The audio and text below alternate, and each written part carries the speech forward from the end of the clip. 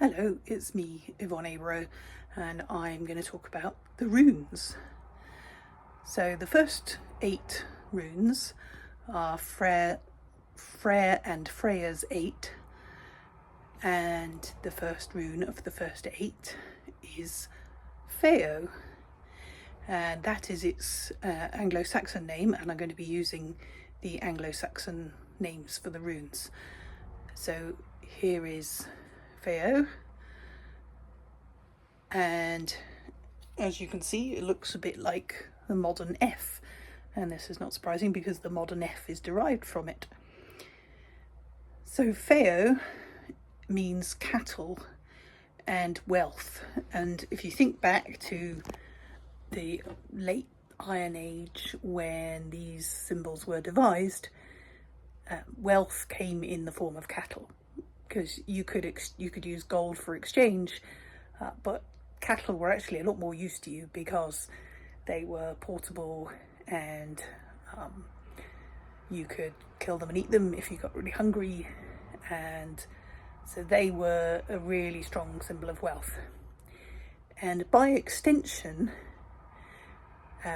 the Anglo-Saxon rune poem talks about Feo as the rune of your reputation, and it says, cattle die, kinfolk die, but the name of a man lives forever. So in that sense, it was wealth in the sense of reputation. So your good name, both alive and after you died, was really, really important in ancient times, and it should still be important now, but there you go. So your good name was really, really important. So the rune Feo carries that meaning as well. And so it was all bound up with reputation and portable wealth. Now, as we will see in later runes, where we talk about reciprocity and exchange, wealth was something that you gave away in Anglo-Saxon or Old English culture.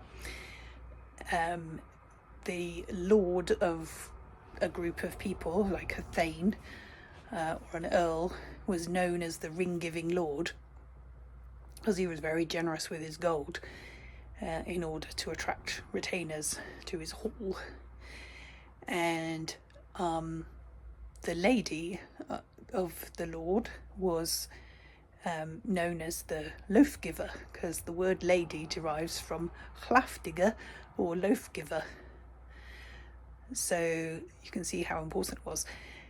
Another aspect of that time was that the Old English lord would have had a scop or a shop, who was a poet who would sing his praises, and in Viking culture this was known as a skald, which ironically enough is where we get the word scold from, I think.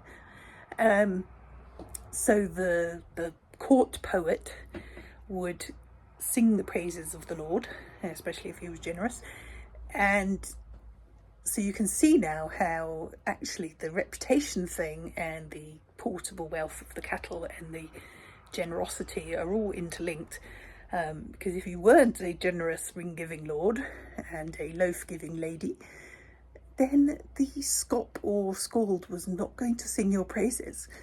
And so your reputation would be in tatters and would not live on after you as a, the name of a generous ring-giving lord. So all of these things are very interconnected. So I hope that's been an interesting overview of the rune Feo. Here it is again. Oh, that's the back of the card. There we are. And you can also do chanting with the rune, the name of the rune. So that would be like Feo, and you can take a drinking horn and intone the name of the rune into or over the substance in the drinking horn, and thus enchant the liquid and imbibe the qualities of the rune. You can also do runic yoga or sturður, which pretty much means standing as far as I can tell. And there are many ways to internalize the runes. You can carve them on things. You can make bind runes, which we'll talk about later on in the series. And you can use them for magic to attract the qualities that they represent. So if you wanted to attract wealth or a good reputation, you could put the rune Feo on everything.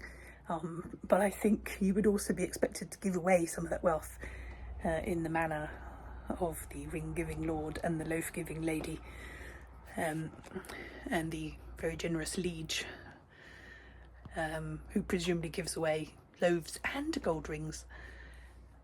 So that's been the first rune in the series, and come back for more. Have a nice day.